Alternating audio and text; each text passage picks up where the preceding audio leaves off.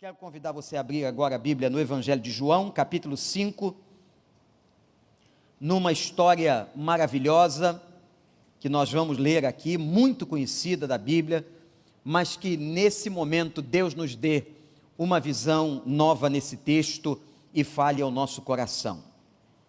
Eu quero falar sobre a relação da doença e da saúde. Gente, nós estamos nesse tempo de pandemia e tem um movimento tremendo falando de avivamento, de renovação, é verdade, e é muito bom. Nós tivemos pessoas que se afastaram completamente de Deus. Isso não foi aqui, não.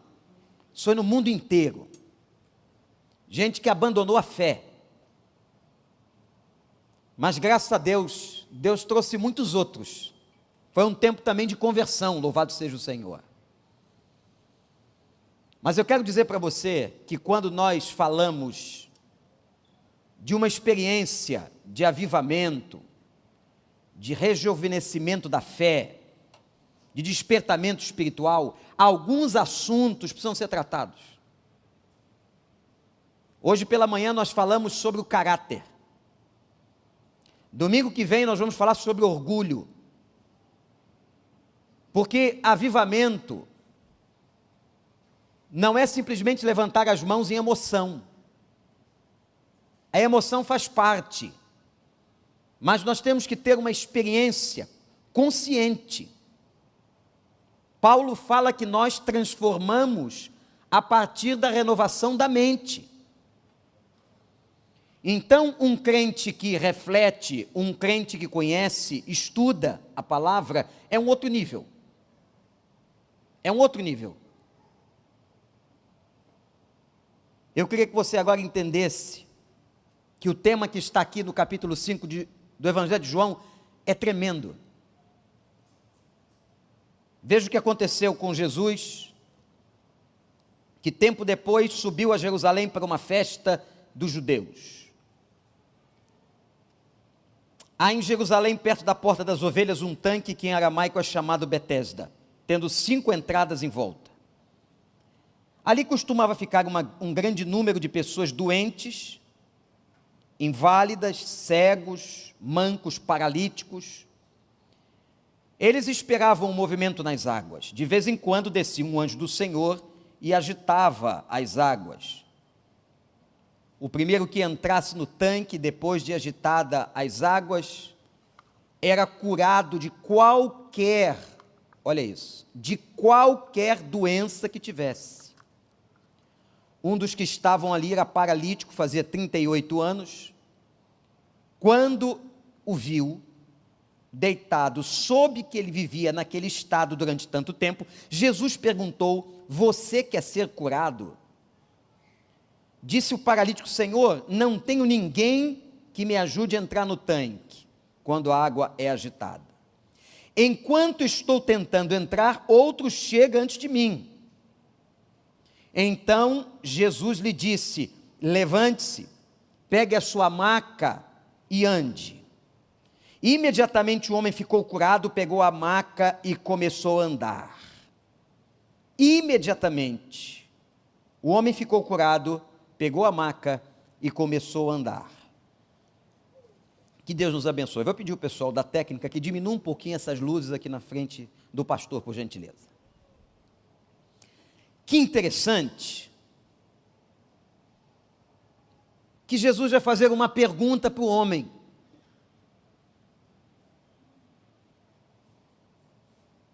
Deus, às vezes, Ele fala com a gente nos perguntando alguma coisa.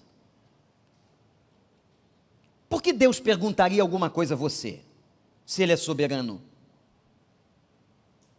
O episódio é muito interessante, conhecidíssimo de quem lê a Bíblia. Vamos tentar hoje olhar esse texto numa outra ótica. Jesus vai àquele lugar que eu costumo chamar de pátio do sofrimento. Era um tanque chamado tanque de Betesda, me lembro, está na minha mente a imagem daquele lugar, hoje como visitação turística. mas um lugar onde se acreditava estar esse poço. E é interessante que o texto começa assim: eles estavam subindo para uma festa. Enquanto o povo ia para a festa, Jesus ia ao encontro de um homem necessitado. A agenda de Deus é sempre assim. A agenda de Deus sempre tem você. Louvado seja o nome do Senhor. A agenda de Deus sempre mira a gente. A agenda de Deus não te esquece. A agenda de Deus, você é prioridade. A agenda de Deus hoje, teu nome está lá. Louvado seja o nome do Senhor. Betesda, a palavra significa lugar de misericórdia. Era o tanque da misericórdia. Gente doente de todo tipo, o tanque muito grande, são 5 pórticos, isto é, 5 entradas, suficiente para abrigar uma multidão de pessoas, e o cenário é de dor. Você olhar para aquele lugar, você ia ver o que está descrito aqui: mancos, aleijados, cegos, as pessoas sofridas estavam ali. Mas tem um detalhe aqui, gente: esse lugar também era um lugar de esperança, sim ou não?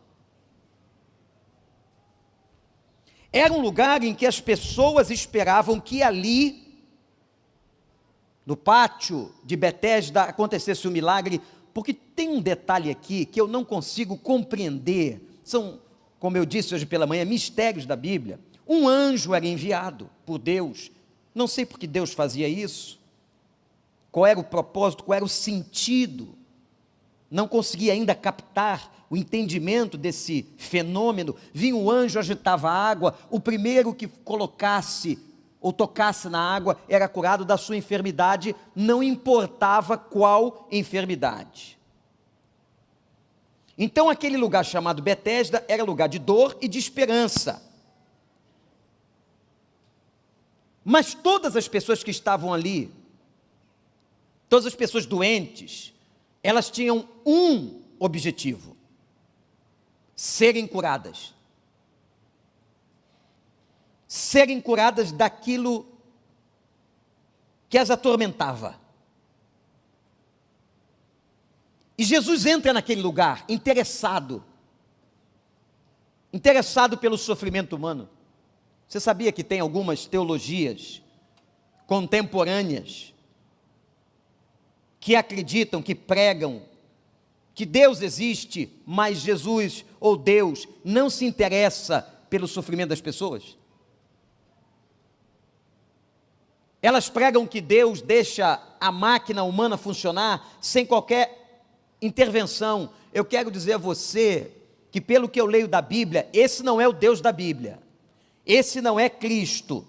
Porque o Deus da Bíblia, o Cristo, o nosso Senhor, Ele se interessa pelo nosso sofrimento, Ele sente, Ele sabe o que a gente está passando e Ele é capaz, hoje à noite, por exemplo, de curar você. Sim ou não? O que é que fez Jesus se interessar por ele? Se Jesus entra naquele pátio e vê dezenas e dezenas de pessoas, por que se interessou por aquele homem?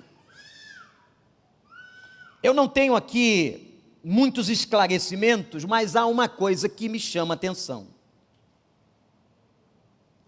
É a persistência do homem. 38 anos paralítico, já há muitos anos, ele era o mais desfavorecido. Por quê? Porque o cego pode andar, o mudo pode andar, um canceroso pode andar, na maioria das vezes, mas um paralítico nunca pode andar. Ora, por que esse homem ainda tinha motivação de ir ali, gente? Se ele sabia que ele nunca seria curado, humanamente falando, a perspectiva desse homem ser curado era zero. Quando o anjo chegasse e agitasse a água, o cego chegaria, o surdo chegaria, o mudo chegaria, até o leproso podia chegar, mas ele, paralítico há 38 anos, não chegaria. E é isso provavelmente que chama a atenção de Jesus. Ele não desiste de buscar o quê? A cura. Olha que interessante. Ele não desiste de buscar a cura para a sua vida. E é isso que deve ter impressionado ao Senhor. Quando você chega num culto desse, o pastor começa a falar de cura ou de doença, doença ou cura, você talvez diga assim, mas pastor, eu não tenho doença, eu não tenho nada, eu estou bem de saúde. Será? Porque quando a gente está falando de doença, a gente não está falando só dos aleijões visíveis. Eu não estou falando aqui só de uma pessoa que manca, que é cega, que é paralítica, cancerosa, não. Existem enfermidades no campo psíquico, que às vezes são muito mais fortes e danosas do que enfermidades físicas. Aliás, segundo a ciência da psicossomática, a palavra psicossomática ou psicossoma são duas palavras gregas que se juntam numa só. Psico vem de psique, alma, soma vem de corpo. Doença psicossomática é doença gerada na mente que interage no corpo. Doença psicossomática é provocada na mente, alimentada na mente e afeta o corpo. Eu conheci alguns pacientes psicossomáticos, em que os seus problemas psicológicos eram tão vastos, complexos, que eles adoeciam fisicamente. E como nós somos um ser inteiro, nós somos corpo e alma e espírito, nós somos unos, nós somos integrados. Quando uma área da sua vida está afetada, as outras áreas são prejudicadas.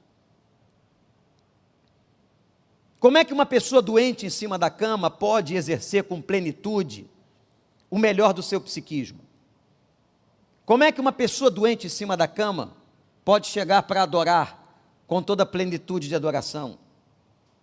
Ela tem muitas debilidades e limitações. Ela não está com as suas faculdades totalmente livres. Então, quando nós estamos falando de doença, ou de enfermidade e cura, eu não estou falando apenas dessas doenças que você pode estar imaginando no campo físico.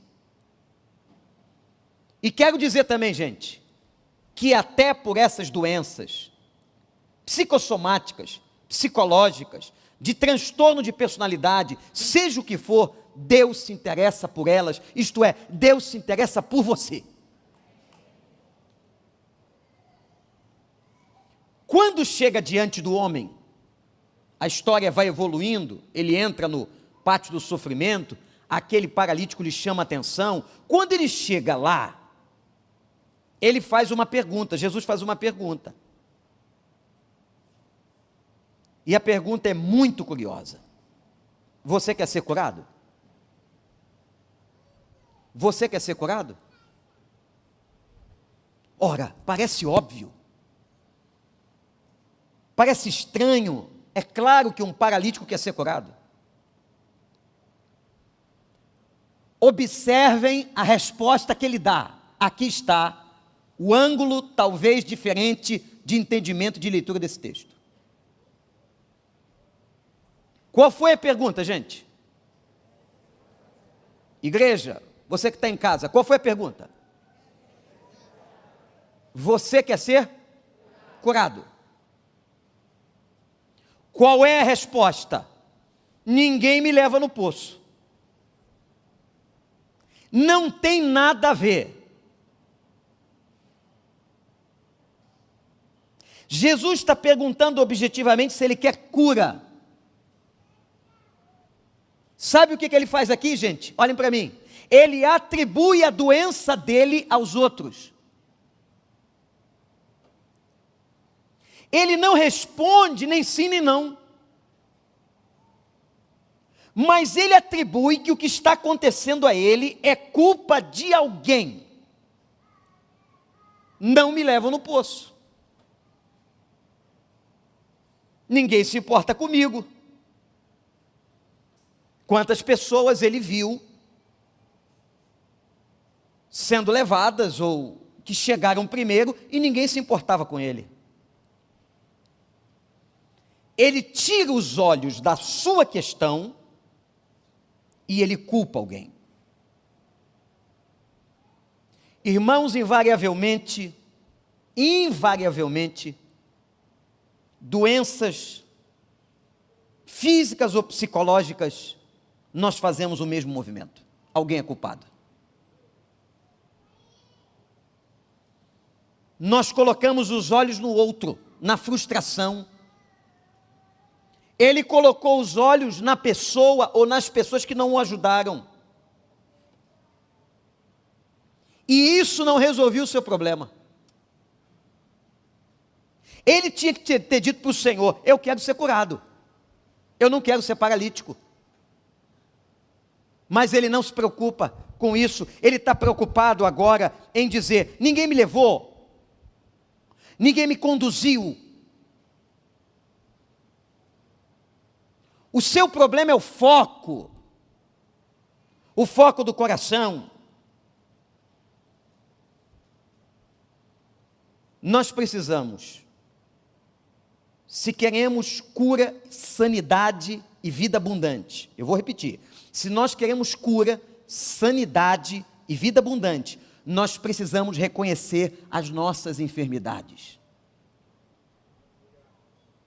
Não apenas as nossas enfermidades físicas, mas enfermidades psíquicas, enfermidades morais. Porque todos nós que estamos aqui, em algum nível, de alguma forma, somos pessoas feridas. Todos nós que estamos aqui.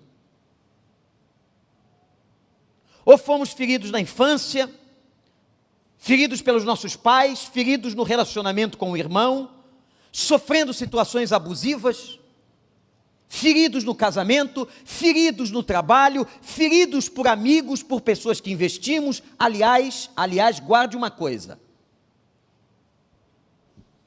Os nossos maiores ressentimentos são com aquelas pessoas que nós investimos muito. Se uma pessoa te decepciona e você, na sua vida, não investiu tanto nesse relacionamento com ela, isso não te dói tanto. Por que dói muito? Dói muito quando você investiu muito. Por isso que as nossas maiores dores, os nossos maiores ferimentos na vida, são dentro de casa. Os nossos maiores ferimentos não são no ambiente de trabalho, não são na igreja. Os nossos maiores ferimentos de alma aconteceram em casa. Em casa nós somos mais machucados. Por quê? Porque ali na casa você investiu confiança, você investiu esperança, você investiu tempo. E é aí que vem as frustrações. A questão não é ser ferido, porque feridos somos todos. A questão é como Deus pode nos curar. E o Evangelho tem essa veia reparadora, restauradora. O Evangelho é o Evangelho de cura, em todos os sentidos e necessidades da vida. Isso é espetacular, isso é maravilhoso. Você precisa crer nisso, você precisa confiar nisso, que o Evangelho do nosso Senhor Jesus Cristo, a quem nós amamos, a quem nós servimos, é um Evangelho de cura. Você acredita nisso? Então você e eu que fomos feridos em algum nível, em algum momento da história, uma ou mais vezes, confia que este Evangelho, que este Cristo tem o poder de sarar todas as nossas feridas. Ele tomou sobre si as nossas dores, disse Isaías, e pelas suas pisaduras nós fomos sarados. Ele sara.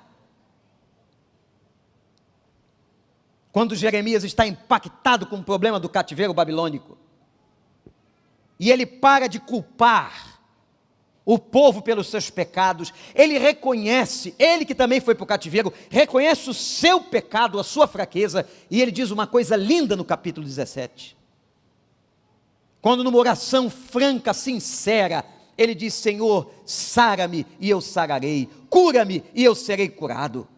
Você já disse isso a Deus? Mas para que uma pessoa diga sara-me e eu sararei, cura-me e eu serei curado, ela tem que identificar onde está a sua mazela. Que nessa noite, essa palavra de Deus, vinda da Escritura, possa levar você ao entendimento de onde vem a tua ferida, e para de culpar quem está do seu lado. Não adianta nós ficarmos dizendo: eu tenho essa ferida por causa do meu pai, eu tenho essa ferida por causa da minha mãe, eu tenho essa ferida por causa do cônjuge, eu tenho essa ferida por causa do meu filho. Isso não te ajudará. Quando Jesus perguntou: você quer ser curado? Ele disse: ninguém me leva no poço. Eu vou dar algumas respostas aqui, anote aí, que impedem cura na vida de uma pessoa. Respostas de coisas que impedem cura. Primeiro, quando ele diz eu não tenho ninguém, ele diz assim: eu não fui curado porque ninguém se interessou por mim. Esse sentimento de abandono ou de autocomiseração. O sentimento de autocomiseração é quando você tem que se ver miserável. Não tinha aquele boneco muito antigo, ó vida, ó azar, o cara estava sempre sofrendo, ele era um infeliz, ele era sempre vítima. Tem pessoas que são assim, elas são vítimas de tudo e de todos. Isso não opera cura, isso alimenta doença. Então a primeira coisa que você tem que entender é que você tem que se concentrar onde está e qual é o nome da tua enfermidade. Outra coisa importante que impede cura é o medo. Medo de quê, pastor? De mexer no passado. Medo de mexer no passado. Mexer no passado dói, mas é necessário para processos de cura. Quando você expõe a ferida, quando você entende a ferida, você pode tratá-la. Não adianta você chegar num hospital com a ferida encoberta. Tem que mexer, tem que raspar, e dói. Você imagina com aquela ferida aberta, alguns de nós já passou por isso, e o médico vai ter que fazer uma sutura, ou há uma infecção, ele tem que fazer uma limpeza, e ele diz assim: para que possa doer menos, eu vou dar uma anestesia dentro da ferida. E você diz assim: como é que é? Ou então ele vai mexer no seu dente, na sua boca, e ele arruma uma injeção desse tamanho. O que você faz? Toda vez que eu vejo uma cena dessa, eu fecho os olhos. Não é agradável levar injeção na boca, ou é? Não é agradável levar injeção na ferida, mas é necessário. Não adianta ficar: estou com medo, doutor. Não toca aqui não, que eu estou com medo. O medo atrapalha o processo da cura. Outra coisa, a questão do perdão nas feridas da alma, elas são, ou é uma questão, melhor dizendo, fundamental para que a cura seja processada. Deixa eu dizer uma coisa para você: mágoa adoece, ressentimento adoece, falta de perdão adoece, culpa adoece. Se você analisar a vida de Davi, lendo o Salmo 32 ou o Salmo 51, quando ele comete os seus erros, ele chegou a declarar que a sua culpa era como se corroesse os seus ossos. A tua mão pesa dia e noite sobre a minha consciência, eu sinto dor. Culpa, às vezes, da dor física. Incrível. Uma pessoa em estado de culpa, ela sente dor física. Mas sabe o que a gente faz? Nós costumamos agir assim: não, eu não vou tratar essa questão porque é ele que tem que me pedir perdão. De novo fazemos o que o paralítico fez: ninguém me leva no poço. Eu não vou pedir perdão porque eu fui a vítima. A Bíblia não diz isso. A Bíblia não diz que você só pede perdão se você for autor. Não. A Bíblia não diz que se você for vítima, você fique quieto no seu canto e não faça nada. Não. A Bíblia fala de um encontro, aonde o ofendido e o ofensor vão em direção um ao outro. Ora, se o ofendido vai e o ofensor vai, os dois se encontram no meio do caminho. Mas, gente, nosso orgulho é tão grande, o nosso orgulho é tão grande, a gente vai tratar do orgulho semana que vem, que a gente paralisa, a gente é cheio de razão. Você é a melhor pessoa do mundo, o outro é um crápula, pecador.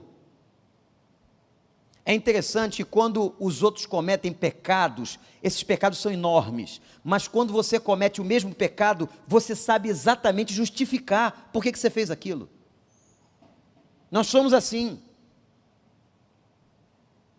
Então não importa se você foi o autor ou a vítima, perdoe, libere. Amém, irmãos? Se você quer ser uma pessoa sã, coração curado, não faça como esse paralítico: ninguém me leva lá no poço, ninguém se interessa por mim, a culpa de eu estar assim não é minha, mas é de alguém que não se importa comigo. Outra resposta que não ajuda o processo de cura é: não consigo esquecer. Mas é óbvio que você não vai esquecer. Se você não tem amnésia, você não vai esquecer. Mas o livro do profeta Miqueias, no capítulo 7, verso 19, diz que o nosso Deus nos ensina o que fazer. Quando Ele perdoa pecados, Ele joga no fundo do mar. O fundo do mar, no contexto profético, era lugar de esquecimento. Sabe o que a Bíblia está dizendo? Quando Deus perdoa os seus pecados, Ele joga no fundo do mar. Ele não se importa, Ele não joga mais no seu rosto. É isso que nós temos que fazer.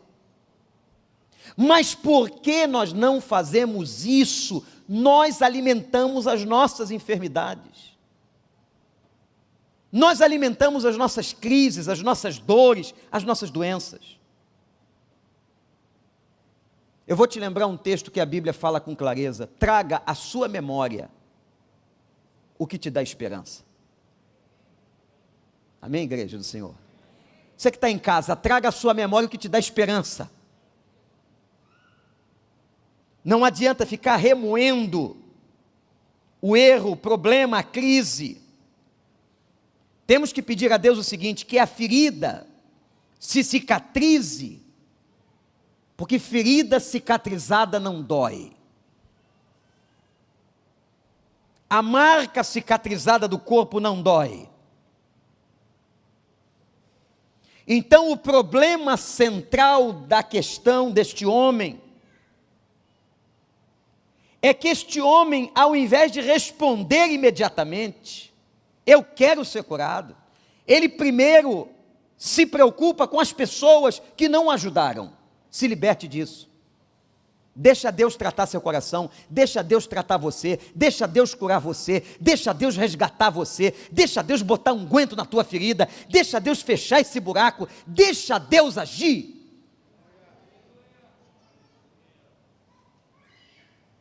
Você quer ser curado? É quando então Jesus, tendo misericórdia do homem,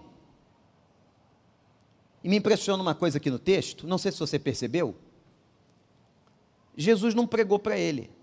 É um dos textos em que Jesus não se preocupa em pregar, porque o homem não precisava de pregação, o homem precisava de misericórdia. Interessante. Gente, olha para mim, quando uma pessoa está doente, ela não precisa que você sente do lado dela, que você abra a Bíblia e pregue um sermão para ela. Ela precisa de um outro tipo de pregação. Sabe qual é a pregação que ela precisa? Você entregar a ela um prato de comida, trocar o soro dela, colocar a mãozinha na cabeça, orar com ela, pedir misericórdia. Ela não precisa de uma pregação elaborada com 4 pontos. Ela não precisa de uma bronca, você dizendo para ela, está vendo, você está assim por causa do pecado. A pessoa está sofrendo, e o que me impressiona aqui é que o Senhor Jesus não resolve dar lição de moral do homem, e nem se preocupa em pregar o sermão, ele exerce misericórdia, que o Senhor nos ensine a exercer misericórdia. O exercício da misericórdia. Já pensou, Joana Dark, se lá no nosso centro de cuidado humano, nós fomos fazer detalhes e darmos broncas nos nossos pacientes, que chegam aqui machucados, abatidos, sofridos? Não, o que a gente dá a eles, é misericórdia. Achei tão linda aquela foto, eu estava aqui, e aparece um homem totalmente desfigurado no portão. Sabe aquela criatura que se diz assim, é bandido, no nosso preconceito humano, é bandido, mal vestido, mal cheiroso, não penteado, esquisito. O homem estava na porta e as pessoas estavam com medo do homem. Tem pessoas que têm uma aparência tal que a gente fica com medo. Daqui a pouco eu tenho que sair e soube o seguinte, o homem está procurando o pessoal do Centro de Cuidado Humano, quer falar com a dona Joana. Como eu conheço há mais de 20 anos o comportamento misericordioso da dona Joana, eu sabia o que ia acontecer. Por isso que ela está onde ela está. Daqui a pouco, alguns dias depois, me aparece a foto do homem. O homem levou um banho de loja, cabelo cortado, roupa limpa, outra aparência, estava bonito. Sabe quem é que faz isso? A misericórdia. Alguém que com um ato de misericórdia prega em nome da misericórdia, age em nome da misericórdia. Ele não precisava naquela hora de uma bronca, de uma repreensão porque usava drogas ou qualquer coisa. Ele precisava de ato de amor e de misericórdia. É isso que cura. É isso que cura, igreja. E o processo da cura não é problema seu, nem meu, é de Deus. A mulher do fluxo de sangue levou 12 anos. A garotinha que estava doente tinha 12 anos. O paralítico tinha 38. O aleijado de Atos capítulo 3 tinha mais de 40. O cego Bartimeu era cego de nascença. O tempo é Deus que sabe quando Ele vai agir, como Ele vai agir, de que maneira Ele sabe. O Kairós é de Deus. E quando o Senhor Jesus agiu nele, agiu nas 3 dimensões. Porque quando Deus faz a obra, faz completa, sim ou não, gente? Ele não faz nada pela metade, ele quando faz direito. Aquele homem era doente, só fisicamente? Olha para o texto. Claro que não. Claro que não. Então eu vou identificar para você aqui as doenças diferentes deste homem nos campos da sua vida. Ele era doente fisicamente, porque ele era um aleijado, não se locomovia, não tinha trabalho, se tornara um mendigo. Mas ele também era um doente psicológico. Porque a afirmação que ele faz, a mágoa que ele trazia, porque ninguém o levava ao poço, a solidão com que ele vivia, o problema de autoestima é claro. Ele diz assim: sempre alguém chega na minha frente. Já ouviu isso alguma vez? Sempre alguém passa na prova e eu não passo. Sempre alguém é escolhido e eu não sou. Sempre alguém. Está vendo? Falou com ele, mas não fala comigo. O típico problema de uma pessoa afetada na sua autoestima. Meu irmão, minha irmã, se você tiver dúvidas do seu valor, olhe para mim, você vale a cruz de Cristo. O seu valor transcende, o seu valor é excepcional. Ele deu a vida dele por sua causa e por minha causa. Nós valemos muito, louvado seja o nome de Deus. Mas o diabo trabalha na autoestima, o diabo trabalha na questão da solidão, o diabo trabalha naquela pessoa, para ela se sentir menor, fraca, inútil, incompetente. Quem sabe numa palavra maldita na sua infância, você nutre isso até hoje. Alguém disse que você era incompetente, que você era burro,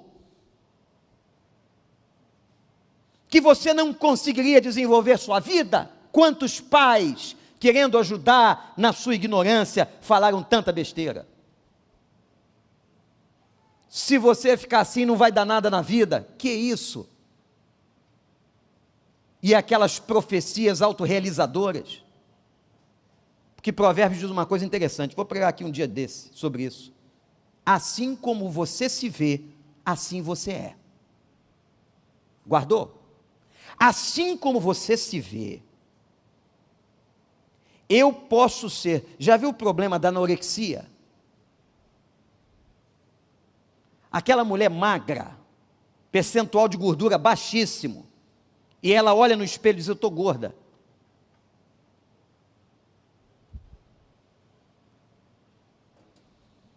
E ela coloca, por bulimia, outras coisas, tudo que come para fora. Isso é uma distorção de imagem. Gente, há tantas questões. O Brasil esse ano passa de 11 mil suicídios. Problemas de suicídio que começam com depressão, que começam com baixa autoestima.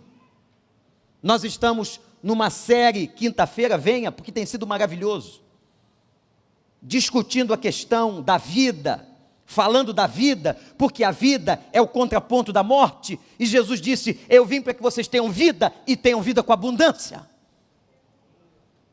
A ideia de suicídio não é de Deus, não vem de Deus. Você que está em casa ou aqui, Deus não quer a sua morte. Quem vai determinar os seus dias não é você, mas é o Senhor. Deus quer para você vida. Afaste-se de você qualquer pensamento ou ideação suicida, em nome de Jesus. O homem tinha problema físico, o homem tinha problema psíquico, o homem tinha problema espiritual. Quem disse isso? Jesus. Quando terminou de curá-lo, disse: não peque mais. Tinha alguma coisa na história, e aqui tem um outro mistério, que tem gente que não respeita, porque acha que está debaixo da graça, mas, meus irmãos, pecado adoece.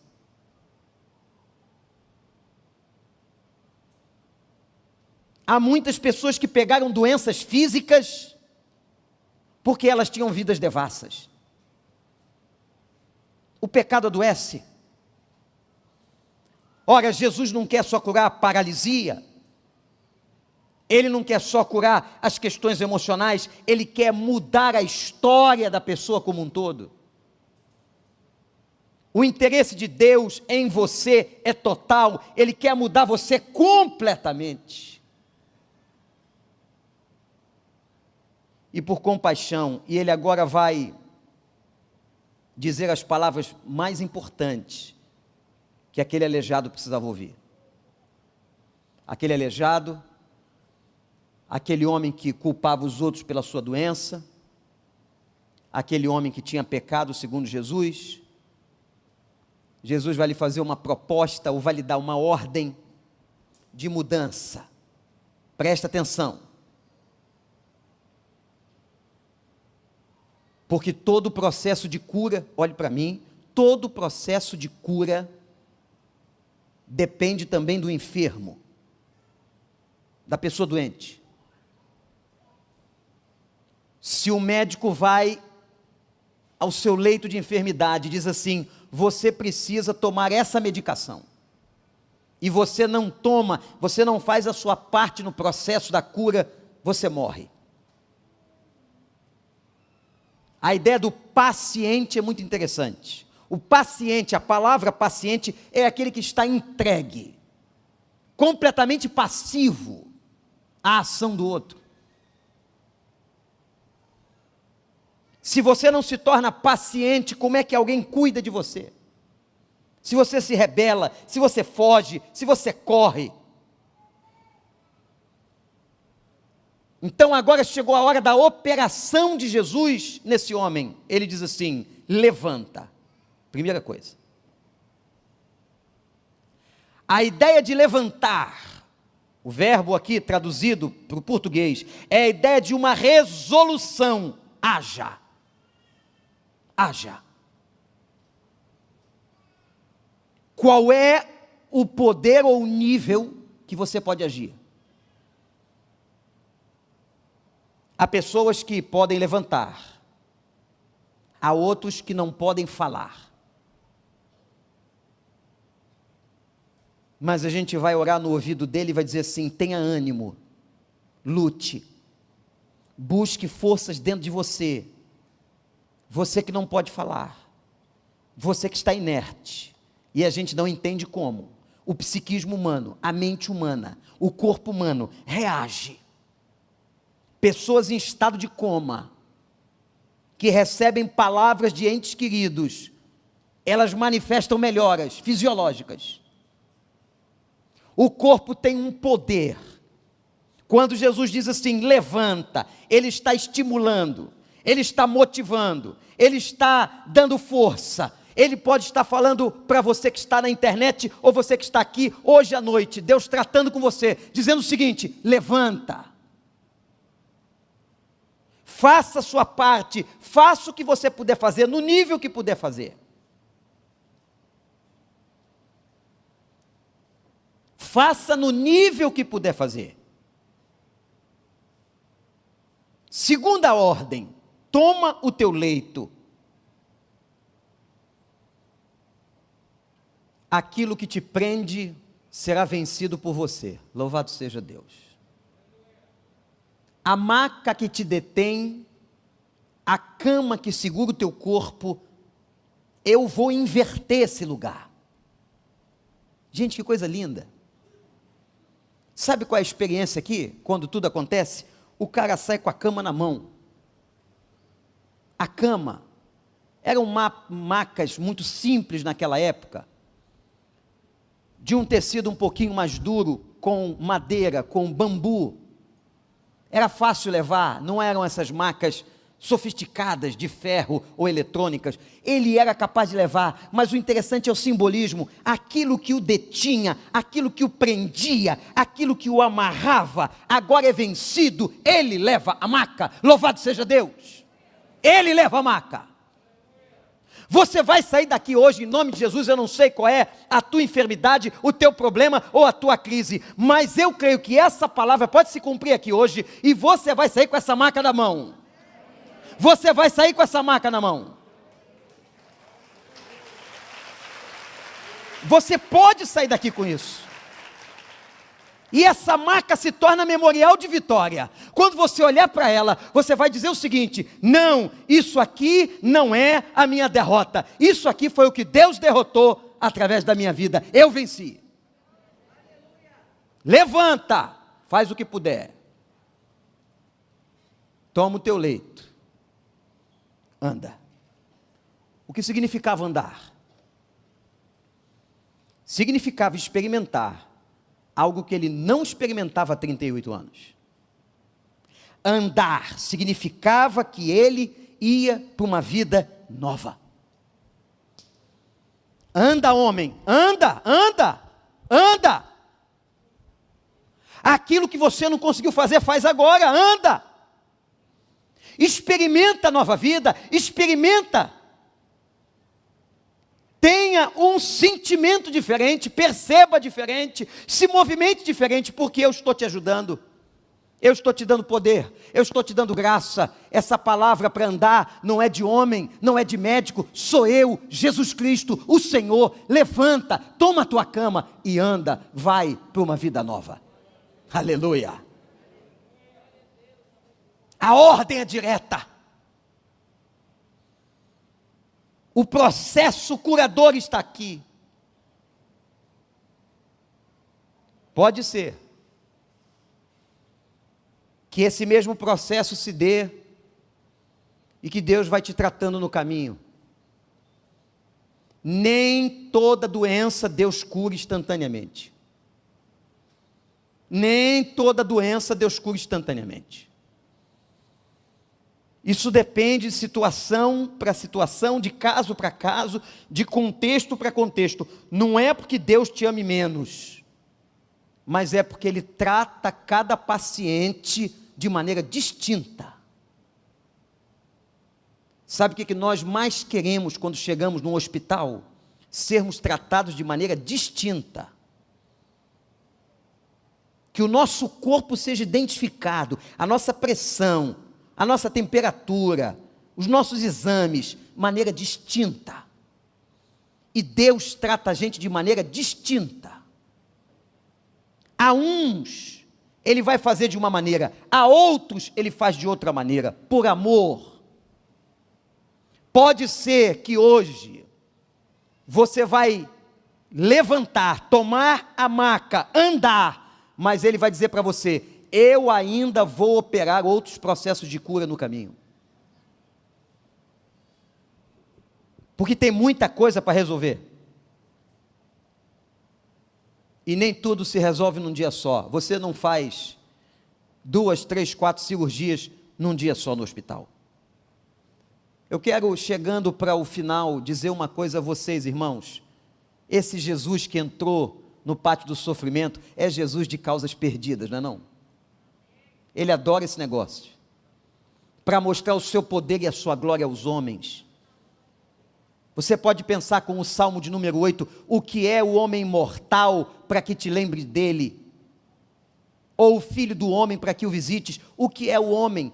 Nós somos amados por Deus, e lá do céu da sua glória, Ele é capaz de visitar você, no seu continente, no seu país, na sua cidade, no seu estado, no seu bairro, na sua rua, na sua casa, lá no seu quarto, Ele vai e encontra você. Que Deus maravilhoso!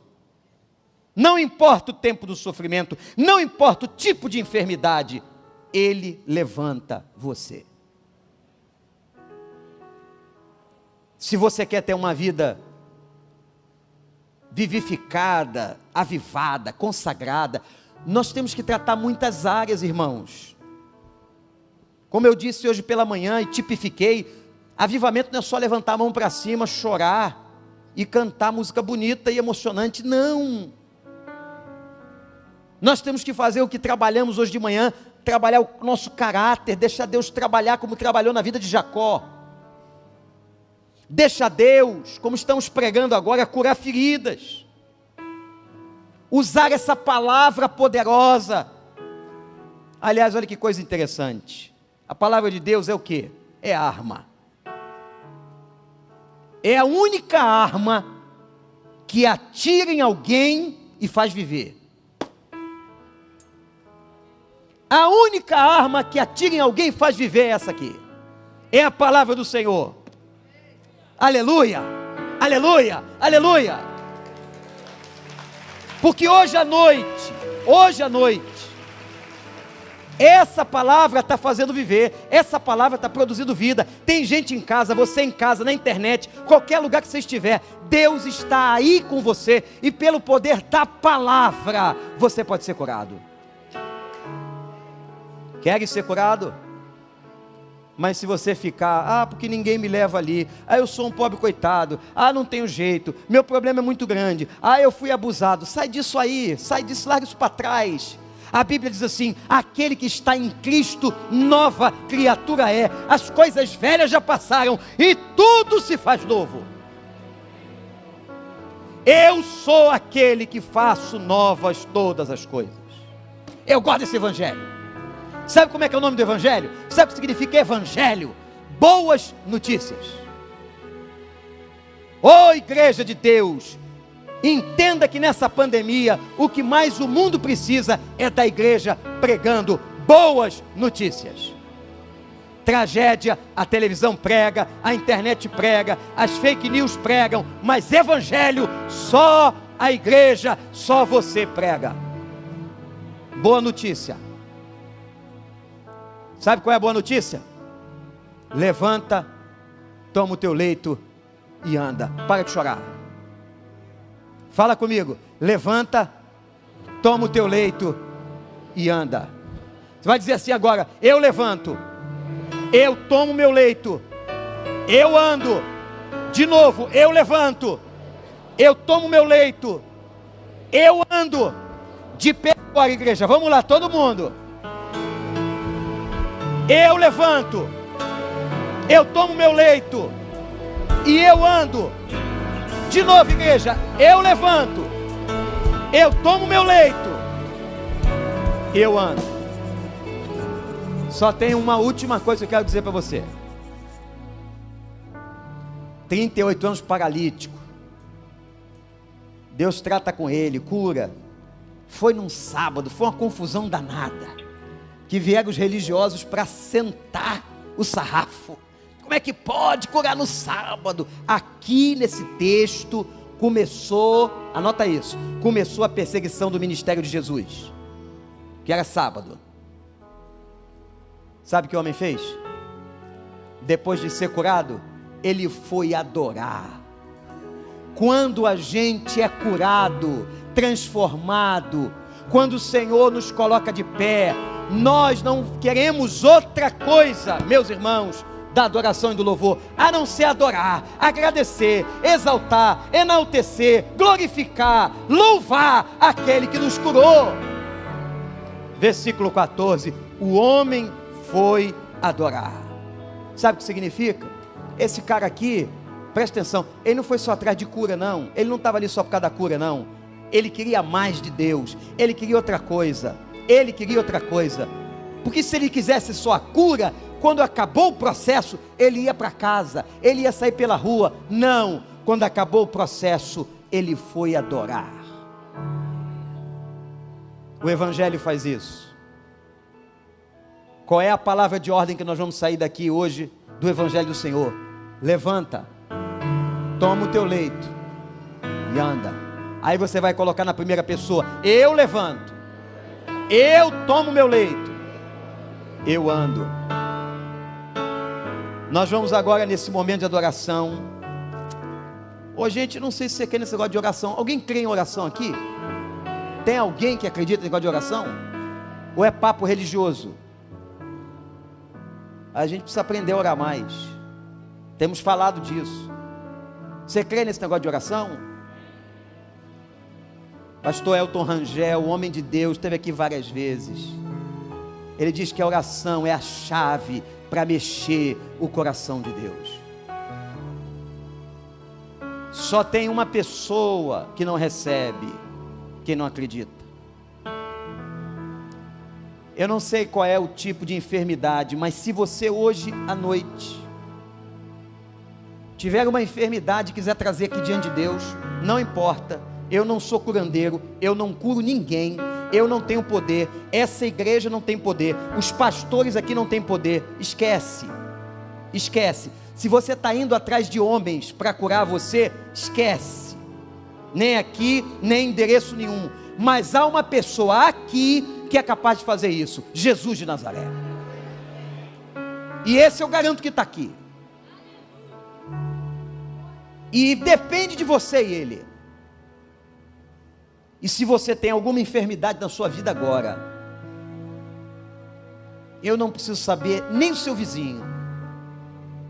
Alguns domingos atrás, quando terminamos um culto aqui da igreja, irmãos, tem milhares de pessoas assistindo esse culto, mas eu recebi uma informação, só aquela informação, eu me debrucei diante de Deus e agradeci. A pessoa dizia: pastor, naquele culto eu fui curada. Pode não valer para ninguém, valeu para ela e vale para aquele que crê. Se você tem alguma coisa, alguma enfermidade quiser colocar para ter essa vida abundante, jubilosa, você vem aqui enquanto a gente estiver cantando, que depois nós vamos levantar um clamor, e olha, o que Deus vai fazer não é problema meu, é Ele e você. Pode ser que Ele diga: vai ser agora, vai ser no processo. Você está querendo a cura de uma coisa, eu vou curar outra, que ainda é mais importante. O Senhor é soberano, o Senhor é soberano. Vamos adorar, vamos adorar. A Bíblia diz que o louvor liberta. Se você sentir no coração, sai do seu lugar, de onde você estiver. Você que está em casa, se coloque diante da sua tela de joelhos. Nós vamos levantar um clamor daqui a pouco. Pode sair, pode vir, é você e Deus, não sou eu que vou curar você. Mas tem alguma coisa na alma, tem ressentimento, tem mágoa, tem alguma coisa espiritual, tem alguma coisa física, vem trazer diante de Deus. Ah, pastor, 6 horas dá síndrome do pânico, quando vai escurecendo eu vou tendo medo. Ah, pastor, eu tenho depressão. Ah, pastor, eu tenho ressentimento. Ah, pastor, eu tenho mágoa. Ah, pastor, eu fui abusado, abusada. Vem trazer para o altar, vem trazer na presença do Senhor. Cristo levou sobre si as nossas dores. Se quiser trazer, traga, venha, pode chegar para frente, pode chegar. Sobre si isso, as pode vir, pode vir. Transgressões. Pode vir. O castigo isso. Que nos traz a paz estava sobre ele. Ressentimento, mágoa. Sua chaga, nós fomos sarados. Oh, glória a Deus. Vamos lá. Ele tomou sobre si as nossas maldições. Aleluia. Ele sofreu para que tivéssemos perdão. Aleluia. Seu sangue derramou para nos resgatar das trevas e nos lavar de toda iniquidade. Jesus, quem Ele é? Toda vida.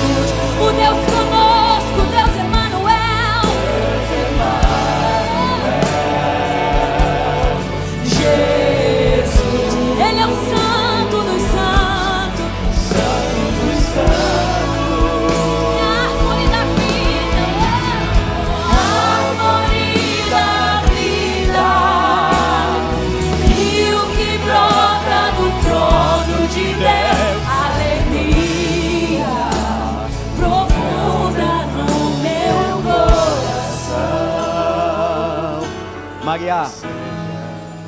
O Espírito mostra para a gente que tem pessoas que não conseguem vir, como aquele homem. Então nós vamos, cada corredor dessa igreja, nas pontas, aqui, ali, lá no final, tem liderança, tem gente da igreja. Eu vou pedir que, se você sentir no coração, você caminhe no corredor, de lá para cá, daqui para lá, e abre os seus braços e ore pelas pessoas. Ore pelas pessoas. Pode sair se você sentir no coração. Levante um clamor, enquanto nós vamos começar esse canto com a Maria de novo. Levanta, isso, lá na ponta, lá, gente lá, gente aqui, gente lá no final. Levanta a tua mão e vai orando. Vai para os outros corredores. Vai, meu irmão, meu líder. Vai lá. As nossas transgressões. Vai lá, leva alguém. Isso, vai lá. Castigo que nos traz a paz, estamos sobre ele. Aleluia. Nós fomos sarados.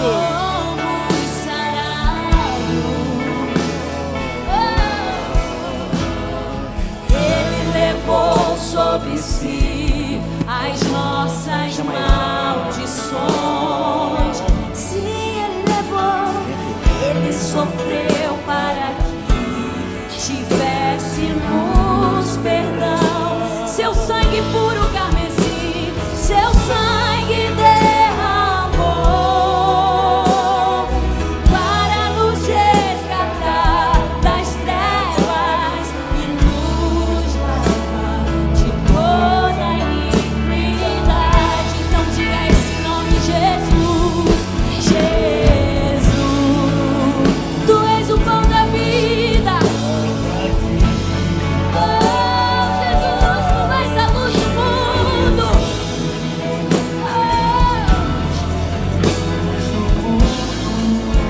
Príncipe da paz, traga paz.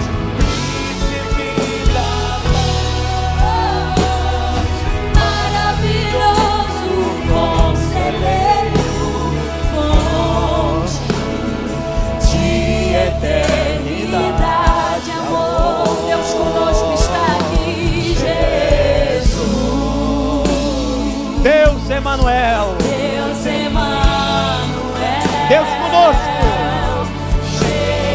Jesus, Santo dos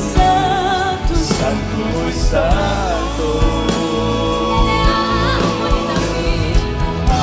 árvore da vida. Rio que brota e que jorra aqui. Do trono de Deus. Deixa ele trazer alegria.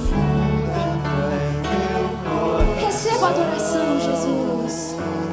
Recebe a adoração. Jesus, és digno de louvor. Jesus. Como diz o livro de Salmos, levanta a sua mão, como se você precisasse, e como nós precisamos da graça, da misericórdia. Deus ouviu toda a oração aqui. A Bíblia diz que o cálice de Deus está aberto e todas as orações foram ouvidas. Aleluia. Igreja do Senhor, levante as mãos, você que está em casa. Senhor Deus dos céus e da terra, eu te louvo por essa noite de cura e de libertação. Pai, tu sabes as enfermidades que estão nas casas, nos lugares onde a internet está ligada, ou aqui nessa casa de oração. Ó Deus, eu te suplico, cura, Senhor, que agora a voz de comando do teu Espírito seja ouvida. Levanta, toma o teu leito e anda. Senhor meu Deus, meu Pai, me entregaram agora a foto de um rapaz. Tem pessoas que estão trazendo nomes. Deus, opera nessa vida em nome de Jesus. Dê graça a essas vidas, Senhor. Tira qualquer ideação suicida, Senhor. Faz ter amor pela vida, Senhor. Retira, ó Deus, as enfermidades físicas e psicológicas, aquelas que maltratam, que fazem chorar. Ó Deus, cura, tira da depressão, Senhor. Opera com poder na mente das pessoas. Nós sabemos que Tu podes mais do que a medicina, Tu podes mais do que os médicos. Nós não os desprezamos, nós precisamos deles, mas sabemos que Tu és o médico dos médicos, psicólogo dos psicólogos, Senhor dos senhores, Rei dos reis. O Senhor tomou sobre si as nossas enfermidades. Toma agora, Senhor. Toma agora. Cura, liberta, salva, em nome de Jesus. Em nome de Jesus. Em nome de Jesus. Levanta, toma o teu leito e anda. Aleluia. Confia, glorifica, agradeça. Volte para o seu lugar adorando a Deus. Volte adorando a Deus. Jesus, Deus abençoe. pão da vida. Jesus, Glorifica a Deus. luz do mundo, príncipe da paz, maravilhoso conselheiro, fonte de eternidade, amor. Diga o nome lindo, Jesus, Deus Emanuel, Santo dos santos, Santo dos santos, árvore da vida, árvore da vida, rio que brota no trono de Deus, alegria profunda do meu coração. Recebe, Senhor, recebe a adoração. Diga Jesus, Jesus, Ele é digno, és digno de